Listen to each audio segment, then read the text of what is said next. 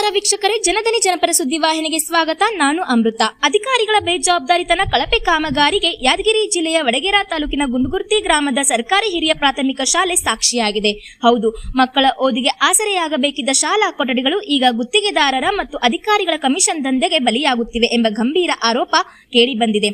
ಕರ್ನಾಟಕ ಗ್ರಾಮೀಣ ಮೂಲಸೌಕರ್ಯ ಅಭಿವೃದ್ಧಿ ನಿಗಮದ ಅಡಿಯಲ್ಲಿ ನಡೆಯುತ್ತಿರುವ ಶಾಲಾ ಕೊಠಡಿಗಳ ದುರಸ್ತಿ ಕಾಮಗಾರಿ ಸಂಪೂರ್ಣ ಕಳಪೆಯಾಗಿದ್ದು, ಇಲಾಖೆಯ ವಿರುದ್ಧ ನಮ್ಮ ಕರ್ನಾಟಕ ಸೇನೆ ಯುವ ಘಟಕ ಈಗ ಸಿಡಿದೆದ್ದಿದೆ.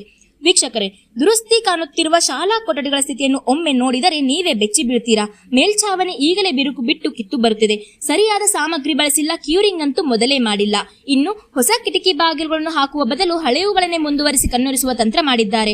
ಫ್ಲೋರಿಂಗ್ ಟೈಲ್ಸ್ ಹಾಕುವಾಗ ಸರಿಯಾಗಿ ಸಿಮೆಂಟ್ ಕಂಕರ್ ಬಳಸದ ಕಾರಣ ಟೈಲ್ಸ್ಗಳು ಈಗಲೇ ಕಿತ್ತು ಬರುತ್ತಿವೆ. ಇಷ್ಟೇ ಅಲ್ಲ, ಗೋಡೆಗಳಿಗೆ ಪ್ಲಾಸ್ಟರಿಂಗ್ ಮಾಡದೆ ಕೇವಲ ಬಣ್ಣ ಬಳಿದು ಇಡೀ ಕಾಮಗಾರಿಯನ್ನು ಮುಚ್ಚಿ ಹಾಕುವ ದಗಲ್ಬಾಜಿ ಕೆಲಸ ನಡೆದಿದೆ.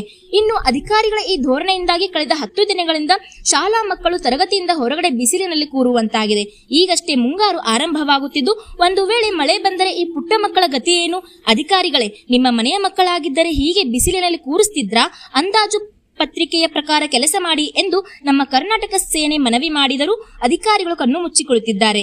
ಈ ಹಿನ್ನೆಲೆಯಲ್ಲಿ ನಮ್ಮ ಕರ್ನಾಟಕ ಸೇನೆಯ ಯಾದಗಿರಿ ವಡಗೇರಾ ತಾಲೂಕಾ ಯುವ ಘಟಕದ ಅಧ್ಯಕ್ಷರಾದ ರಾಜು ಬಿ ಮ್ಯಾಗಿನ್ಮನಿ ಗುಂಡುಗುರ್ತಿ ಇವರು ಇಲಾಖೆಗೆ ಮತ್ತು ಸರ್ಕಾರಕ್ಕೆ ಖಡಕ್ ಎಚ್ಚರಿಕೆ ನೀಡಿದ್ದಾರೆ. ಕಾಮಗಾರಿಯ ಗುಣಮಟ್ಟ ತನಿಖೆಯಾಗುವವರೆಗೂ ಗುತ್ತಿಗೆದಾರರ ಬಿಲ್ ತಡೆಹಿಡಿಯಬೇಕು. 1 ವಾರದೊಳಗೆ ಕಳಪೆ ಕಾಮಗಾರಿಯನ್ನು ಸರಿಪಡಿಸಿ ಮಕ್ಕಳಿಗೆ ಸುಸಜ್ಜಿತ ಕಟ್ಟಡವನ್ನು ಒದಗಿಸದಿದ್ದರೆ ಸಂಘಟನೆಯ ವತಿಯಿಂದ ಇಲಾಖೆಗೆ ಮತ್ತು ಶಾಲೆಗೆ ಉಗ್ರವಾಗಿ ಮುತ್ತಿಗೆ ಹಾಕಲಾಗುವುದು ಎಂದು ಆಕ್ರೋಶ ವ್ಯಕ್ತಪಡಿಸಿದ್ದಾರೆ. ಈಗಲಾದರೂ ಸಂಬಂಧಪಟ್ಟ ಉನ್ನತ ಅಧಿಕಾರಿಗಳು ಎಚ್ಚೆತ್ತುಕೊಂಡು ಈ ಕಳಪೆ ಕಾಮಗಾರಿಯ ವಿರುದ್ಧ ಕ್ರಮ ಕೈಗೊಳ್ತಾರಾ, ಮಕ್ಕಳ ಜೀವಕ್ಕೆ ರಕ್ಷಣೆ ಕೊಡ್ತಾರಾ ಎಂದು ಕಾದು ನೋಡಬೇಕಿದೆ.